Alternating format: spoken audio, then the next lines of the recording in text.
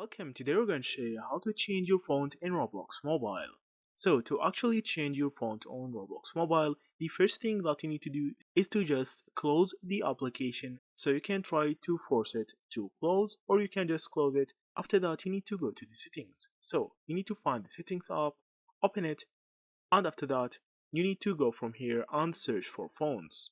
So on the search bar just write fonts, and now this option will appear. You need to just click on it.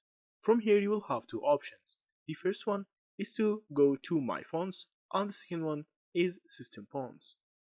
My fonts option will let you to download another fonts as see from here.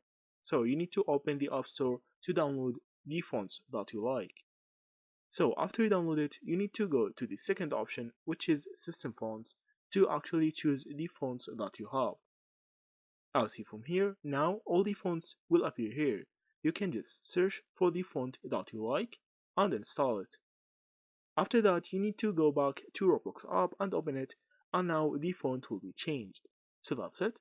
Thank you for watching and see you in the next videos.